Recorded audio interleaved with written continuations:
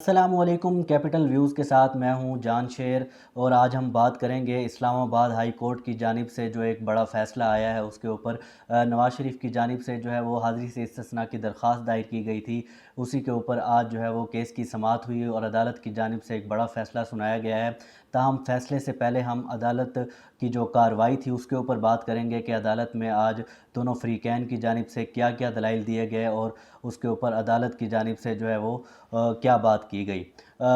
Case کی سماعت جو ہے وہ 2 رکنی بینچ اسلام آباد ہائی کورٹ کا کر رہا تھا، جس میں جسٹس محسن اختر کیانی اور جسٹس عامر فاروق شامل ہیں۔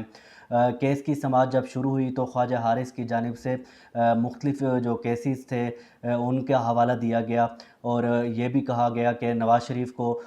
جو دوسری عدالت ہے جس نے اشتہاری قرار دیا ہے، انہوں نے بغیر سنے جو ہے وہ اشتہاری قرار دیا ہے۔ تاہم عدالت کی جانب سے کہا گیا کہ جو نواز شریف کی حاضری سے استثناء کی درخواست ہے پہلے اس پر بات کر لیتے ہیں، یا جو ان کی متفرق درخواستیں ہیں ان کے اوپر پہلے بات کر لی جائے۔ تاہم اس کے بعد جو ہے وہ خواجہ حارث کی جانب سے مختلف کیسز کے حوالے دیے گئے، جس میں انہوں نے سپریم کورٹ کے بھی کیسز کوٹ کیے، اس کے علاوہ پرویز مشرف کا جو سنگین غداری کیس تھا اس کے اوپر بھی بات کی، اور ان کا یہی کہنا تھا کہ جب ہم نے نواز شریف کی یہ حاضری سے استثناء کی درخواست دائر کی تھی تب تک جو ہے وہ نیب کورٹ کی جانب سے ان کو اشتہاری قرار نہیں دیا گیا تھا۔ تاہم اس کے بعد ان کا کہنا تھا کہ کیونکہ پرویز مشرف کی عدم موجودگی میں جو ہے وہ سنگین غداری کیس کا ٹرائل چلایا گیا اور فیصلہ بھی سنایا گیا، تو ملزم کے پیش نہ ہونے کو جواز بنا کر ٹرائل کو روکا نہیں جا سکتا۔ اس کے علاوہ ان کا یہ بھی کہنا تھا کہ سپریم کورٹ نے مفرور ملزم کی درخواست کو مختلف وجوہات کی بنا پر جو ہے وہ سنا ہے، اور انہوں نے یہ بھی کہا کہ جو نواز شریف کا کیس ہے وہ اس کیس سے کافی زیادہ ملتا جلتا ہے، کیونکہ نواز شریف نے اپنی سزا کاٹی، جیل میں رہے، اور اس کے بعد انہوں نے اس کے اوپر جو ہے وہ اپیل کی۔ انہوں نے یہ بھی کہا کہ احتساب عدالت کے فیصلے کے بعد نواز شریف جیل میں تھے، اور جب تک وہ پاکستان میں رہے وہ عدالتوں میں پیش ہوتے رہے۔ انہوں نے یہ کہا کہ اسی عدالت نے جو ہے نواز شریف کو ضمانت دی تھی۔ اس کے بعد جسٹس محسن اختر کیانی کی جانب سے کہا گیا کہ آپ عدالت کو اتنا بتائیں کہ کیا ایک اشتہاری کو بھی عدالت سن سکتی ہے یا نہیں، جس پر جو ہے وہ خواجہ حارث کی جانب سے کہا گیا کہ جو سزائے موت کا قیدی ہوتا ہے اس کو بھی سنا جا سکتا ہے۔ تاہم عدالت کی جانب سے یہ کہا گیا کہ آپ یہ چاہتے ہیں کہ اس سماعت کو ملتوی کر دیا جائے یا نواز شریف کی غیر موجودگی میں اس کا ٹرائل جو ہے وہ کیا جائے۔ تو خواجہ حارث کی جانب سے کہا گیا کہ ہماری یہی استدعا ہے کہ نواز شریف کی غیر موجودگی میں جو ہے وہ اس کے اوپر سماعت کی جائے اور ٹرائل کو مکمل کیا جائے۔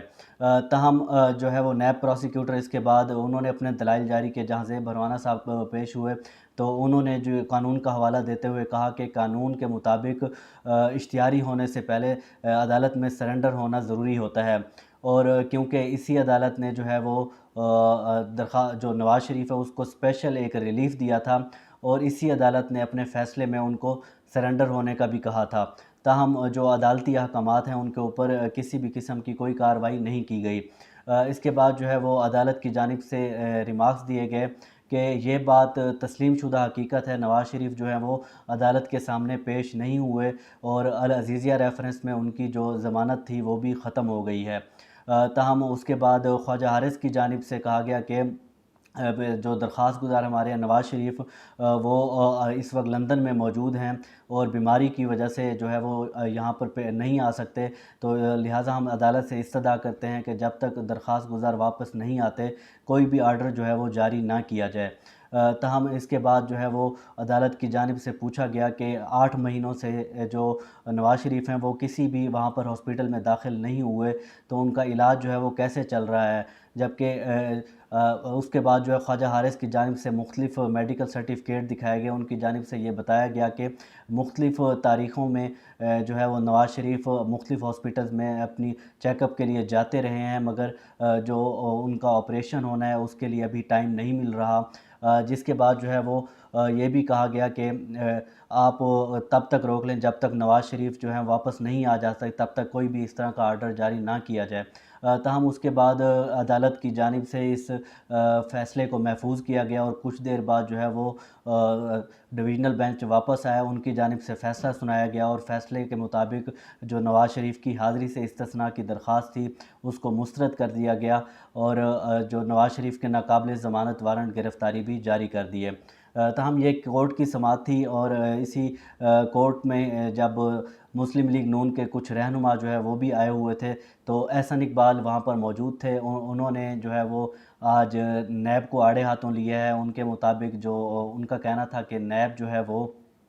اس کی توپوں کا رخ صرف اور صرف جو ہے وہ اپوزیشن کی طرف ہے، جبکہ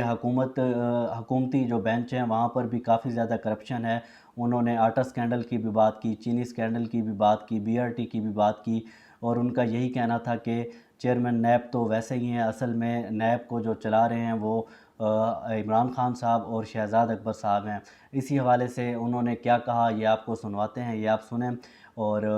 اس ویڈیو کے بعد جو ہے وہ اگر آپ مزید اچھی ویڈیوز چاہتے ہیں تو ہمارے چینل کو سبسکرائب کریں۔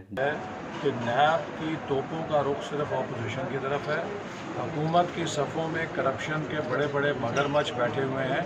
شوگر مافیا بیٹھا ہے،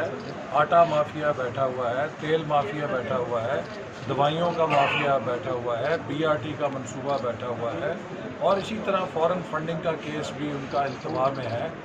لیکن نیب نے کبھی کسی چیز کا نوٹس نہیں لیا اور حتیٰ یہ کہ شوگر مافیا کے ایک اہم رکن کو حکومت کی سرپرستی میں راتوں رات لندن فرار کرا دیا گیا ہے۔ یہ کس کی ناکامی ہے؟ تو یہ کہہ دینا کہ نیب یک طرفہ احتساب نہیں کر رہا، یہ حقائق کے منہ چڑھانے کے مترادف ہے۔ نیب اس وقت PTI کی B ٹیم بنا ہوا ہے اور اس کی کمان وزیر اعظم اور شہزاد اکبر صاحب کے پاس ہے۔ چیئرمین نیب تو ایک صرف نام کے چیئرمین رہ گئے ہیں، اصل چیئرمین نیب شہزاد اکبر ہیں۔ Thank you.